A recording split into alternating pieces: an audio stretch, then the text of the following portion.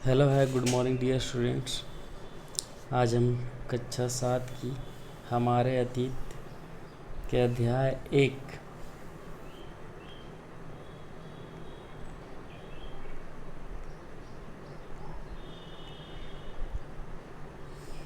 हजारों वर्षों के दौरान हुए परिवर्तन की पड़ताल का पार्ट 2 पढ़ेंगे।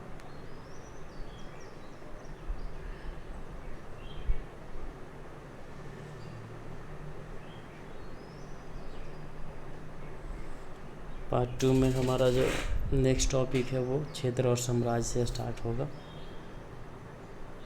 क्षेत्र और साम्राज्य। चोल साम्राज्य का अध्ययन हम इस पुस्तक के अध्याय 2 में करेंगे। तुगलक का अध्ययन हम अध्याय 3 में करेंगे और मुगल का अध्याय 4 में। जैसे बड़े बड़े राज्यों के अंतर्गत कई सारे क्षेत्र आ जाते थे। दिल्ली के सुल्तान गयासुद्दीन बलबन का कब से कब रहा शासन? 1266 से 1287 की प्रशंसा में एक संस्कृत प्रशस्ति में उसे एक विशाल साम्राज्य का शासक बताया गया है, जो पूर्व में बंगाल जैसे गौड़ से लेकर पश्चिम में अफगानिस्तान गज्जन तक फैला हुआ था और जिसमें संपूर्ण दक्षिण भारत द्रविड़ भी आ जाता था। गौड़, आंध्र, केरल, कर्नाटक, महाराष्ट्र, गुजरात आदि भिन्न भिन्न क्षेत्रों के लोग उसकी सेना के आगे, किसकी सेना के आगे? गयासुद्दीन बलबन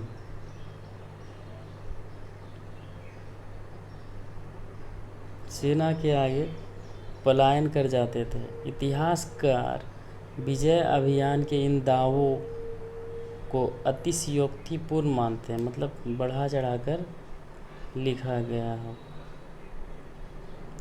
साथ ही वे यह समझने की कोशिश में लगे रहते हैं कि शासक लोग इस उपमहाद्वीप के भिन्न भिन्न भागों पर अपने अधिकार का उल्लेख क्यों करते रहते हैं।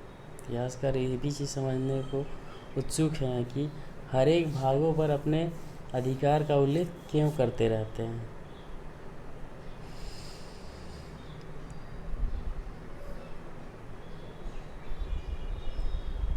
सन 700 तक कई क्षेत्रों के अपने अपने भौगोलिक आयाम तय हो चुके थे और उनकी अपनी भाषा तथा सांस्कृतिक विशेषताएं स्पष्ट हो गई थी। अध्याय 9 में आपको इनके बारे में और अधिक जानकारी मिलेगी। अध्याय 9 में हम जब पढ़ेंगे तो इनकी सांस्कृतिक और भाषा के बारे में हमें और अधिक जानने को मिलेगा। ये क्षेत्र विशेष शासक राजवंशों से भी जुड़ गए थे। इन राज्यों के बीच काफ़ी टकराहटें चलती रहती थी। कभी कभी चोल, खलजी, तुगलक और मुगल जैसे राजवंश अनेक क्षेत्रों में फैला एक विशाल साम्राज्य भी खड़ा कर लेते थे। ये सभी साम्राज्य समान रूप से स्थिर तथा सफल नहीं हो पाते थे, मतलब परमानेंटली बने नहीं रहते थे। उदाहरण के लिए अध्याय 3 और अध्याय 4 की तालिका 1 की तुलना कीजिए। खलजी और मुगल वंश के शासन कितनी अवधि तक चली। अध्याय 2 और अध्याय 3 और अध्याय 4 में हम आगे देखेंगे।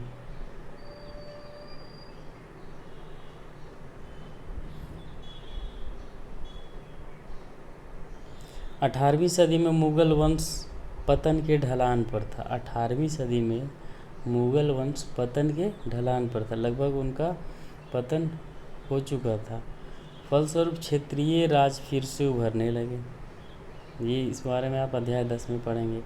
लेकिन वर्षों से सौर क्षेत्रीय साम्राज्यों का शासन चल रहा था। उससे क्षेत्रों की प्रकृति बदल गई थी। अभी जो है मुगल वंश का तो शासन खत्म हो गया, लेकिन वर्षों से उन क्षेत्रों पर मुगल वंश का शासन था, जिस कारण उससे क्षेत्रों की प्रकृति बदल गई। उन पर कई छोटे बड़े राज्यों का शासन चलता रहा था और उन राज्यों की बहुत सी बातें इस उपमहाद्वीप के अधिकतर भाग पर फैले। इस उपमहाद्वीप मतलब भारत के अधिकतर भागों पर फैले। किसके कारण?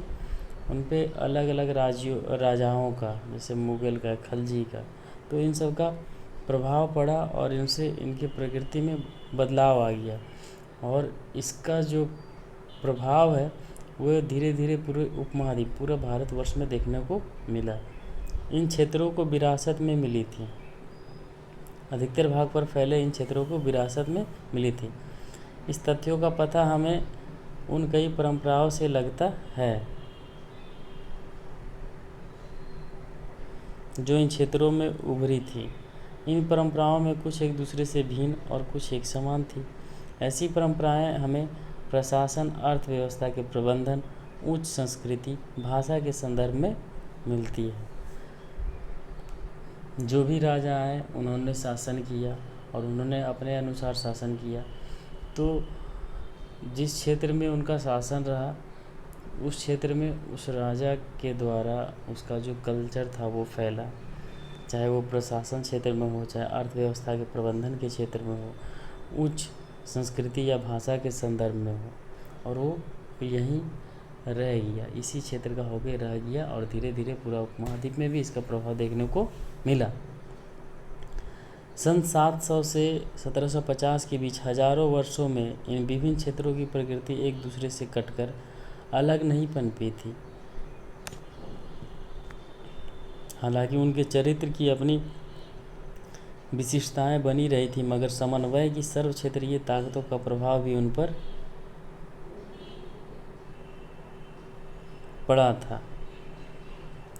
नेक्स्ट एंड इम्पोर्टेंट टॉपिक है हमारा पुराने और नए धर्म। इतिहास के जिन हजार वर्षों की पड़ताल हम कर रहे हैं 700 से 1750, इनके दौरान धार्मिक परंपराओं में कई बड़े परिवर्तन आए। दैविक तत्वों में लोगों की आस्था कभी कभी बिल्कुल ही वैयक्तिक स्तर पर होती थी, मगर आम तौर पर इस आस्था का स्वरूप सामूहिक होता था। किसी दैविक तत्व में सामूहिक आस्था यानी धर्म, किसी दैविक तत्व में सामूहिक आस्था दैट मीन्स धर्म प्रायः स्थानीय समुदायों के सामाजिक और आर्थिक संगठन से संबंधित होती थी। जैसे जैसे इन समुदायों का सामाजिक संसार बदलता गया, इन समुदायों का जो सोशल वर्ल्ड है, सोशल सामाजिक संसार वो बदलता गया, वैसे ही इनकी आस्थाओं में भी परिवर्तन आता गया। आज हम जिसे हिंदू धर्म कहते हैं उसमें भी इसी युग में महत्वपूर्ण बदलाव आए। इन परिवर्तनों में से कुछ थे नए देवी देवताओं की पूजा, राजाओं द्वारा मंदिरों का निर्माण, समाज में पुरोहितों के रूप में ब्राह्मणों का बढ़ता महत्व और बढ़ती सत्ता। समाज में इस समय क्या हुआ कि पुरोहितों के रूप में ब्राह्मणों का महत्व बढ़ता गया और उनकी पावर भी बढ़ती गई। संस्कृत ग्रंथों के ज्ञान के कारण समाज में ब्राह्मणों का बड़ा आदर होता था। इनके संरक्षक थे नए नए शासक जो स्वयं प्रतिष्ठा की चाह में थे। इन संरक्षकों का समर्थन होने के कारण समाज में इनका दबदबा और भी बढ़ गया। और ये जो ब्राह्मण समाज थे इनके संरक्षक कौन थे? नए नए शासक जो खुद अपने प्रतिष्ठा की चाह में थे। इन संरक्षकों का समर्थन होने के कारण समाज में ब्राह्मणों का दबदबा और भी बढ़ता चला गया।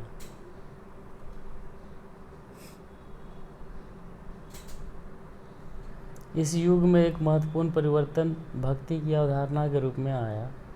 इसमें ईश्वर की कल्पना एक ऐसे प्रमेल इष्ट देवी देवता के रूप में की गई थी जिस तक पुजारियों के विशद कर्मकांड के बिना ही भक्त स्वयं पहुंच सके। इस युग में ऐसी भी अवधारणा आई कि भगवान से, देवी देवता से मेल करने के लिए पुजारियों के द्वारा किया गया विशद कर्मकांड की ज़रूरत नहीं है, उससे आप स्वयं मिल सकते हैं या भगवान के दर्शन आप खुद ही कर सकते हैं बिना ब्राह्मणों के द्वारा किए गए कर्मकांडों के। इस विषय में और साथ ही दूसरी परंपराओं के बारे में आपको अध्याय 8 में जानकारी मिलेगी। यही वह युग था जिसमें इस उपमहाद्वीप में नए नए धर्मों का भी आगमन हुआ। कुरान शरीफ का संदेश भारत में पहले 7वीं सदी के व्यापारियों और अप्रवासियों के जरिए पहुंचा। कुरान शरीफ का जो संदेश है वो भारत में पहल कब आई? 7वीं सदी के व्यापारियों और अप्रवासियों के जरिए, 7वीं सदी में। मुसलमान कुरान शरीफ को अपना धर्म ग्रंथ मानते हैं, केवल एक ईश्वर अल्लाह की सत्ता को स्वीकार करते हैं, केवल एक, जिसे एकेश्वरवाद का सिद्धांत भी कहा जाता है। एक ईश्वर अल्लाह जिसका प्रेम, करुणा और उदारता अपने में आस्था रखने वाले हर व्यक्ति को गले लगाता है। जो उनकी आस्था रखता है उस एक ईश्वर अल्लाह की, जिसका प्रेम, करुणा और उदारता अपने में आस्था रखने वाले हर व्यक्ति को, जो उनमें आस्था रखता है उनका प्रेम, करुणा, उदारता ऐसा है कि वे हर व्यक्ति को गले लगाते हैं। कौन? जो मुस्लिम का जो ईश्वर अल्लाह है वो, चाहे वो उस व्यक्ति का सामाजिक पृष्ठभूमि कुछ भी रहा हो, ये जो है उनके अनुसार उनका ईश्वर अल्लाह किसी के साथ कोई भेदभाव नहीं करता।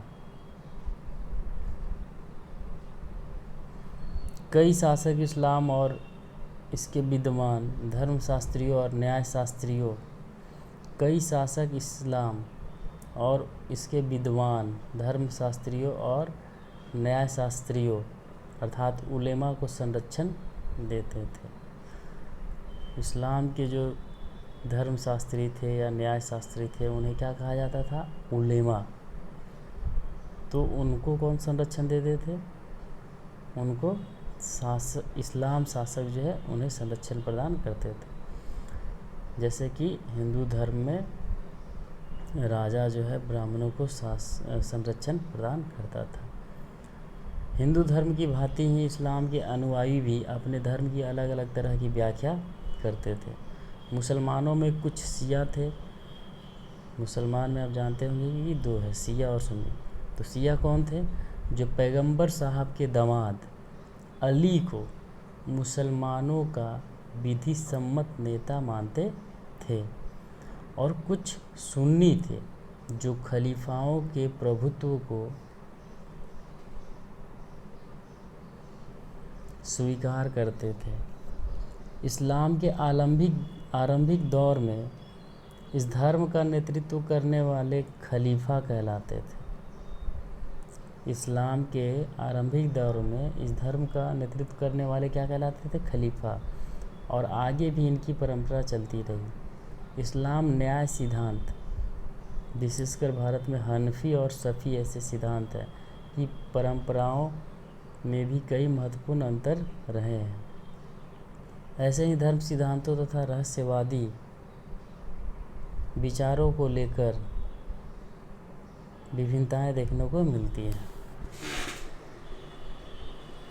तो हमने देखा कि इस्लाम धर्म के 2 हैं, शिया और सुन्नी। शिया जो है मोहम्मद पैगंबर के दामाद अली में विश्वास रखते हैं और सुन्नी खलीफाओं में। नेक्स्ट टॉपिक है हमारा समय और इतिहास के कालखंडों पर विचार। इतिहासकार को केवल घड़ी या कैलेंडर की तरह नहीं देख। इतिहासकार जो हैं,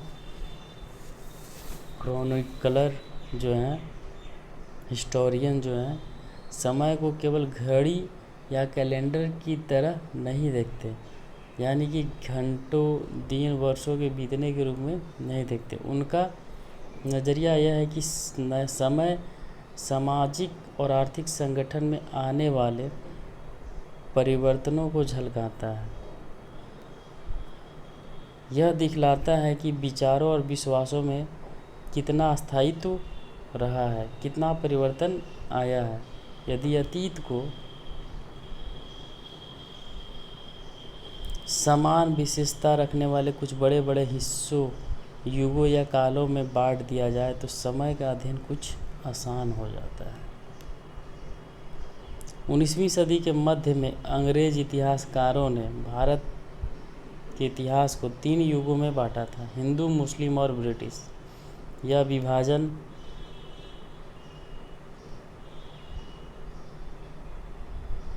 विचार पर आधारित था कि शासकों का धर्म ही एकमात्र महत्वपूर्ण ऐतिहासिक परिवर्तन होता है और अर्थव्यवस्था, समाज, संस्कृति में और भी कोई भी महत्वपूर्ण बदलाव नहीं आता। इस दृष्टिकोण से इस उपमहाद्वीप की अपार विविधता की भी उपेक्षा हो जाती है।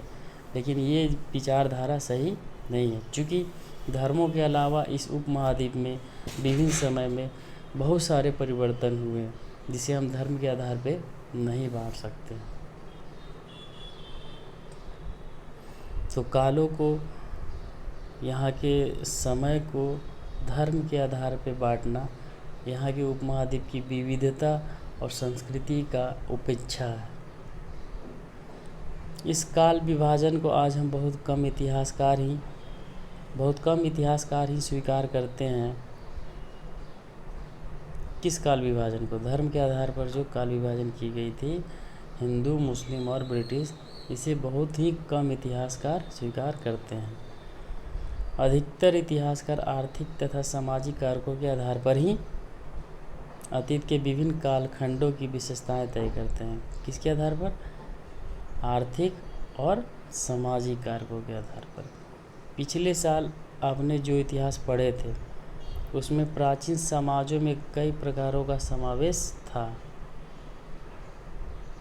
जैसे शिकारी संग्राहक, प्रारंभिक दौर के कृषि कर्मी, शहरों और गांवों के निवासी, प्रारंभिक दौर के राज्य और साम्राज्य।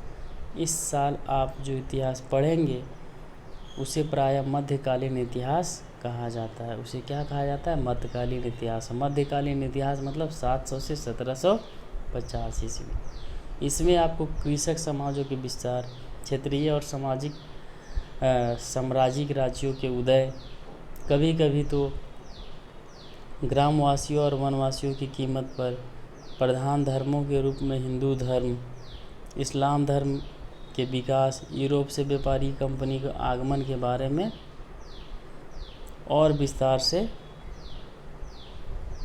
जानकारी मिलेगी। भारत के इतिहास के ये 1000 साल अनेक बदलावों के साक्षी रहे हैं। आखिर 16वीं और 18वीं शताब्दियाँ 8वीं और 11वीं शताब्दियों से काफ़ी भिन्न थी। इसलिए इस सारे काल को ऐतिहासिक इकाई के रूप में देखना समस्याओं से खाली नहीं है। फिर मध्यकाल की तुलना प्राय आधुनिक काल से की जाती है। आधुनिकता के साथ भौतिक उन्नति, बौद्धिक प्रगति का भाव जुड़ा हुआ है। इससे आशा यह निकलता है कि मध्यकाल रूढ़िवादी था और उस दौरान कोई परिवर्तन ही नहीं। लेकिन हम जानते हैं कि ऐसा नहीं था। इन हजारों वर्षों के दौरान इस उपमहाद्वीप में समाजों में प्रायः परिवर्तन आते रहे और कई क्षेत्रों की अर्थव्यवस्था तो इतनी समृद्ध हो गई थी कि उसने यूरोप की व्यापारी कंपनियां को भी अपनी ओर आकर्षित करना आरंभ कर दिया। इस पुस्तक को पढ़ते समय आप परिवर्तन के चिन्हों तथा यहाँ सक्रिय ऐतिहासिक प्रक्रियाओं पर ध्यान देते चले।